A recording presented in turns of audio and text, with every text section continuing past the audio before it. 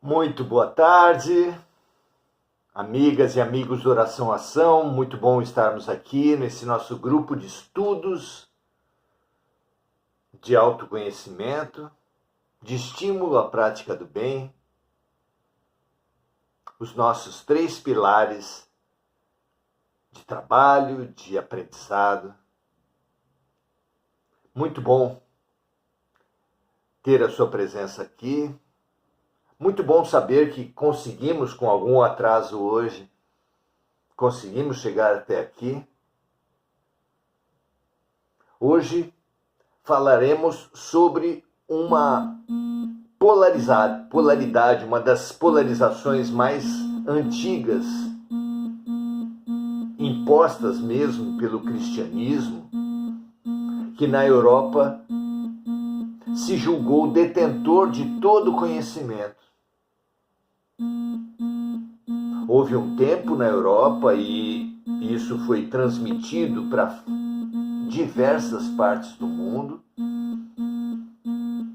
que se quebrou o vínculo entre razão e emoção, religião e lógica, fé e lógica. Essa fragmentação, essa separação muito perigosa, muito perniciosa, permanece até hoje fazendo muito mal a muitas pessoas. Parecem campos diferentes, parecem campos opostos, parecem partidos antagônicos, parecem exércitos inconciliáveis numa guerra. Por que parecem? Não são? Claro que não são. Os pajés, nas nossas tribos, eles não são referências propriamente religiosas, apesar de serem legítimos representantes de uma das grandes correntes religiosas do mundo, o xamanismo. Mas não é correto situar um pajé naquilo que o homem branco, que o Ocidente, chama de religião. Ele é também uma referência científica. Ele é também uma referência filosófica. Busca-se o pajé nas tribos como conselheiros de guerras, como conselheiros de problemas matrimoniais, de problemas de família, de criação de filhos. Busca-se o pajé para problemas espirituais, para questões de compreensão da vida. Postura que é muito semelhante ao que a gente encontra lá na Europa mesmo, na posição de Merlin, por exemplo, na Távola Redonda do Rei Arthur. Os magos, as sacerdotisas, ocupam um espaço integrado de conhecimento abrangendo ciência, filosofia e religião. É muito maior do que os quadrados antagônicos que o Ocidente veio estabelecer depois. Essa separação, essa guerra entre ciência e religião é uma guerra artificial. Foi gerada por um projeto totalitário de poder, onde deixou de ser natural que a religião, que a igreja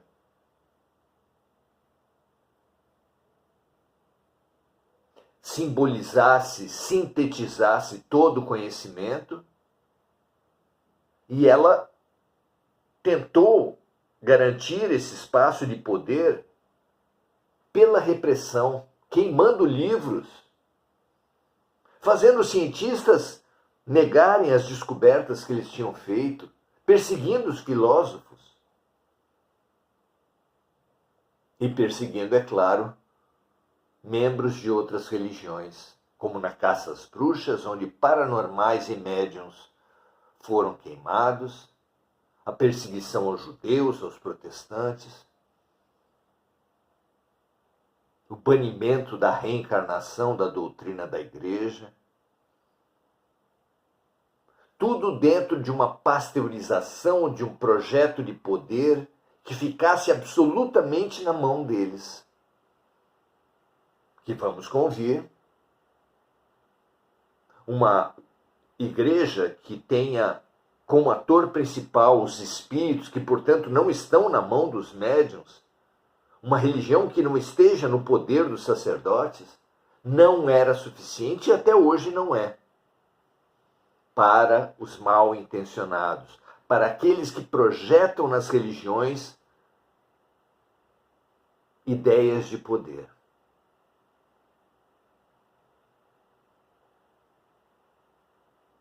Isso precisa nos estimular a situar a religião fora dos projetos de poder, com Jesus que disse: o meu reino não é desse mundo.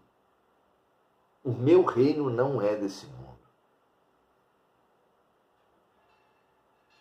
O espaço da religião não deve se misturar com os projetos de hegemonia econômica, de hegemonia política. Trabalhemos com o grande poder, com o poder máximo, muito maior do que os poderes humanos, que é o poder do divino em nós. Esse é o poder da verdadeira transformação.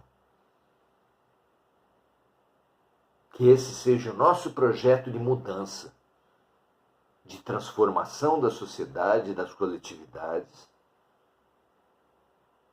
não em cima das ambições e das guerras, das disputas, das polarizações,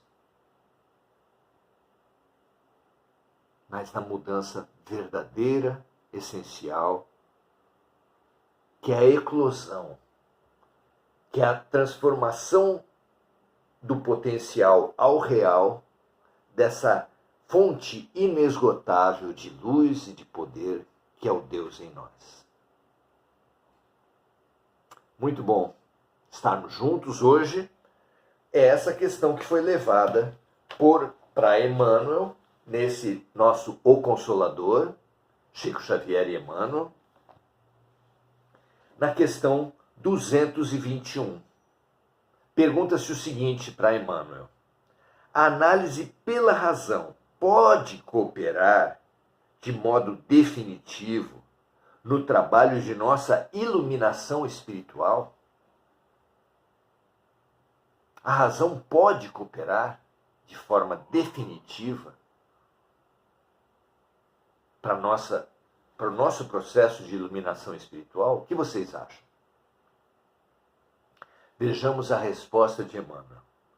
É certo que o homem não pode dispensar a razão para vencer na tarefa confiada ao seu esforço no círculo da vida. Então, não podemos dispensar a razão para bem desempenhar as nossas tarefas na vida. Contudo, é necessário considerar que essa razão vem sendo trabalhada de muitos séculos no planeta pelos vícios de toda sorte. Como reação da ação repressiva, persecutória, violenta, assassina, torturadora da religião, foi engendrada uma postura política, uma postura de vida da ciência em oposição. E para você se opor a radicais, a fanáticos, a cegos. Se você se opõe com o mesmo extremismo, você precisa também ser cego e fanático. E foi assim que se formou, como fruto da guerra religião-ciência, essa ciência materialista, cega, fanática, que se nega a estudar os fenômenos do espírito, as manifestações espirituais que ocorrem em todas as culturas, em todos os tempos, independente das ciências, das teses, dos equipamentos, das teologias e das ideologias materialistas. É uma realidade, e a ciência que nega algum fato da realidade a priori, como dogmas, deixa de ser ciência para se transformar numa seita tão fanática quanto os fanáticos que negam a ciência. A ciência que nega o espírito é tão fanática quanto a religião que nega a ciência. Perceber isso possibilita que a gente se conduza no meio desse processo. Temos plena confirmação, continua Emmanuel, desse acerto no ultrarracionalismo europeu, cuja avançada posição evolutiva ainda agora não tem vacilado entre a paz e a guerra, entre o direito e a força, entre a ordem e a agressão. A ciência europeia, eurocêntrica, ela tem servido, ela tem tido saltos evolutivos de acordo com as guerras. A ciência tem servido às guerras. É fato. Analise isso.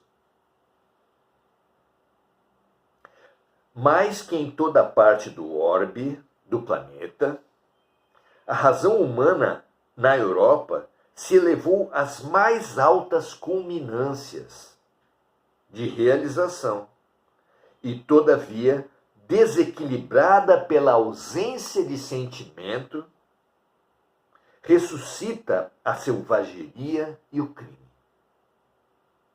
Embora o Fausto da civilização, a civilização europeia é brilhante, com um dinheiro sugado de todo o mundo pelos impérios ultramarinos de Espanha, Portugal, Holanda, França, Inglaterra.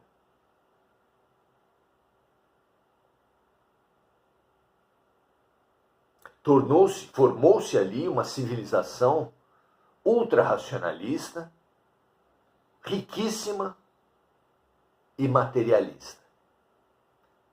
E essa ideologia tem prevalecido já há várias décadas e se disseminado por todo o mundo pelos mecanismos da ciência, mas também pelos mecanismos da arte, música, filmes, recebendo a fortíssima colaboração da sociedade norte-americana, estadunidense, que agora esse eixo Europa-Estados Unidos entra em decadência, mas mesmo em decadência ainda mostra um vigor e uma força fabulosa. Não é? Reconhecemos, pois, diz Emmanuel, que na atualidade do planeta toda a iluminação do homem há de nascer, antes de tudo, do sentimento. Primeiro, Emmanuel deixou claro que o homem não pode dispensar a razão para vencer na tarefa confiada ao seu esforço. Estabelecido isso, ele apresenta a sua posição de que na atualidade do planeta toda a iluminação do homem há de nascer antes de tudo do sentimento. O sábio desesperado do mundo deve voltar-se para Deus como a criança humilde, para cuidar dos legítimos valores do coração. Porque apenas pela reeducação sentimental nos bastidores do esforço próprio se poderá esperar a desejada reforma das criaturas.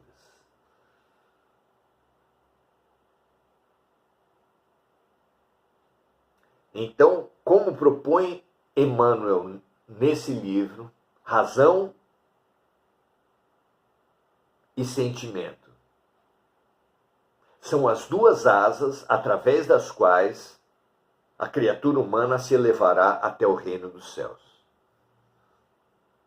Não é possível a um pássaro prescindir de uma asa, dispensar uma asa, porque a outra fica inútil. Mas há um eixo mais importante. Há um condutor desse processo, que é o sentimento bem formado, alicerçado na confiança em Deus. Não nos ritos de fé das diferentes religiões, mas nessa confiança em Deus. A confiança em Deus é o que dá dimensão, não apenas à religiosidade, à espiritualidade, mas que dá dimensão à própria filosofia e ciência. Filosofia e ciência desconectadas, dissociadas da fé e do sentimento, elas se tornam meras armas da guerra, da exploração, dos projetos de poder da indústria farmacêutica, da indústria armamentista, do crime mais diretamente, do sistema financeiro, as grandes pernas que sustentam é isso que nós costumamos chamar de civilização ocidental eurocêntrica e estadunidense-cêntrica. Tenta-se passar não apenas o projeto de vida, mas o projeto de ciência, o projeto de sociedade dessas áreas hegemônicas no mundo como o ideal para todas as criaturas, para todas as civilizações. É certo que nesse momento tenta-se solapar, boicotar os pilares da democracia. Uma das conquistas relativas, mas importantes, de toda a civilização da Terra. Há uma frase que diz que a democracia é o mal menor, é a melhor das alternativas entre as ruins. E é isso. Qualquer forma de autocracia, de ditadura, de governo sem freios da opinião pública, da imprensa, dos meios de comunicação com algum grau de independência, sem a preservação do espaço das universidades, da ciência, sem a liberdade religiosa. E convenhamos, os projetos humanos que solaparam essa liberdade científica, informacional, religiosa e política se encontram no campo da chamada esquerda e no campo da chamada direita, não podem ser considerados como alternativas. Não podemos andar para trás como grandes correntes tentam colocar na mão de novos imperadores absolutistas, como na Idade Média, como na Roma Antiga, povos e civilizações.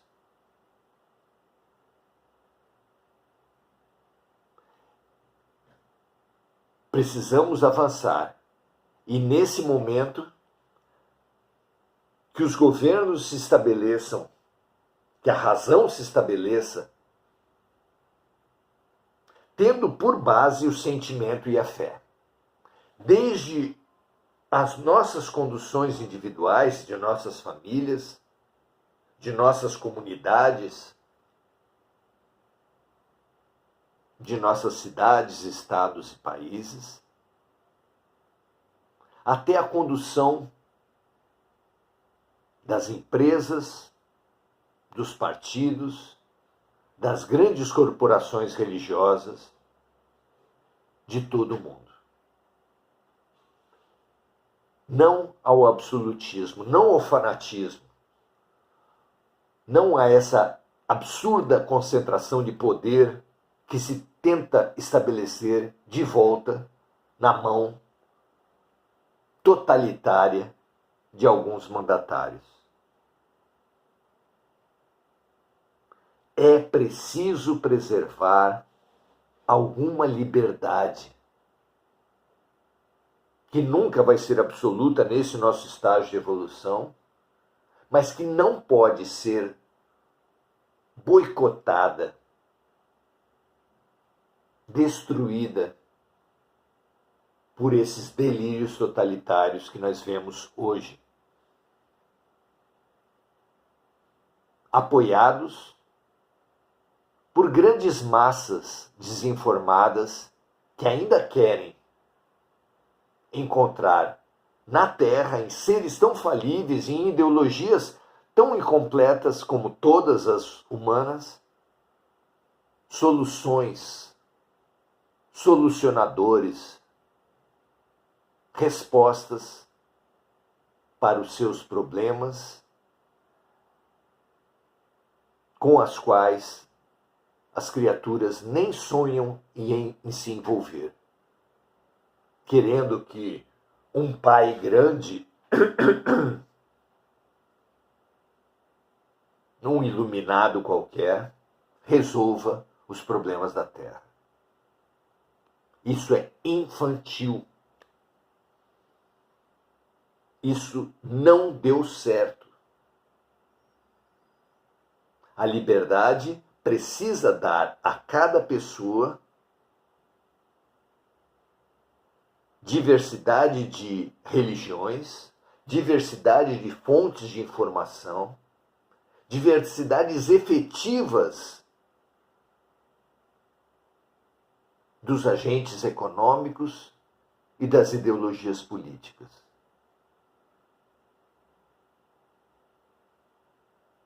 A massacrante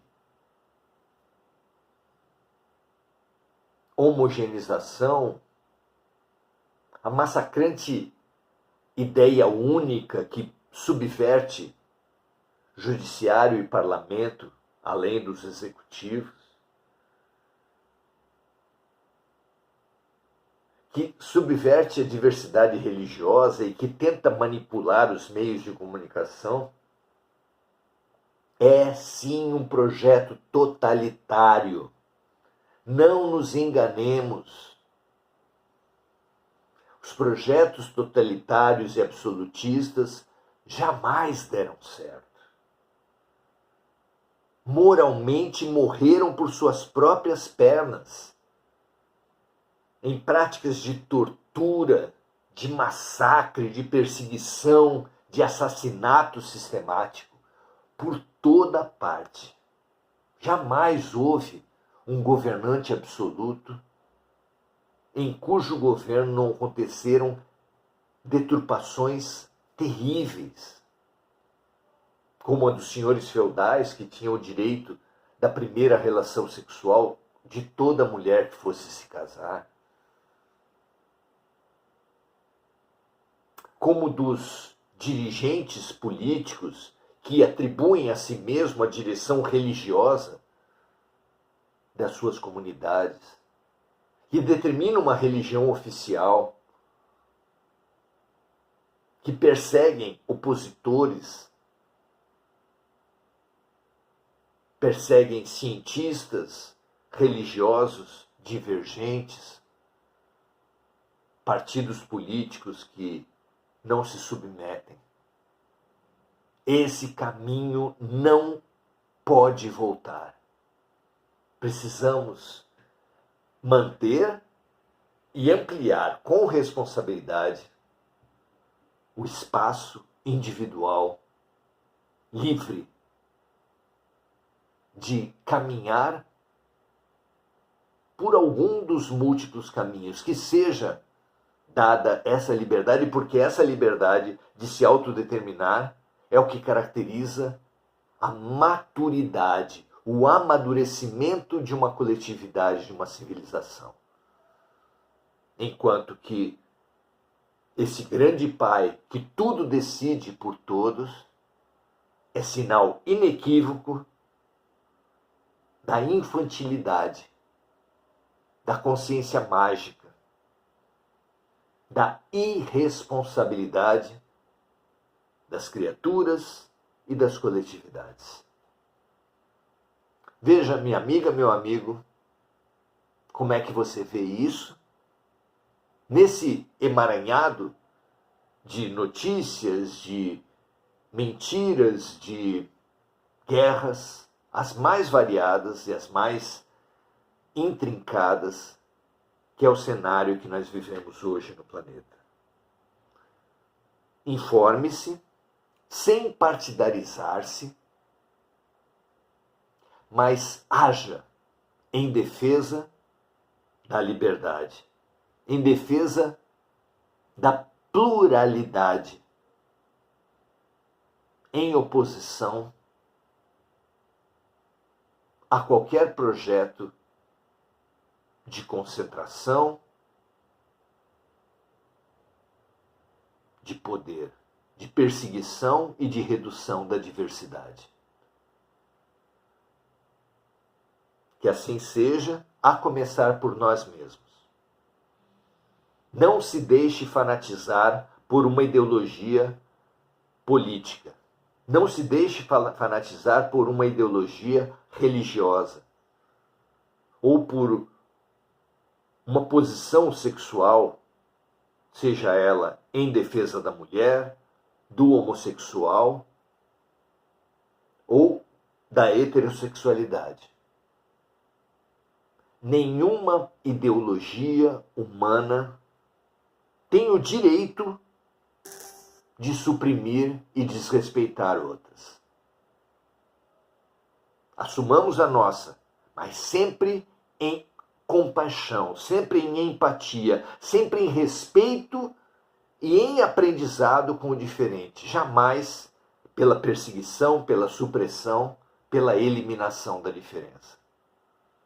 Precisamos demais de uma terra respeitosa, tolerante, empática, porque esse é o caminho que um dia nos levará à fraternidade, pela compaixão, pelo serviço ao amor. Muito bom. Que os nossos amigos possam pensar a respeito disso. Diana Costa, dando seu boa noite, Marco Aurélio Trindade também, Andréa Santos, Lurdinha Loureiro. Se vocês entenderem que uma reflexão como a de hoje possa ser útil às pessoas, compartilhe, espalhe, pense e pratique. Respeite a diversidade, mesmo das ideias que você não concorde.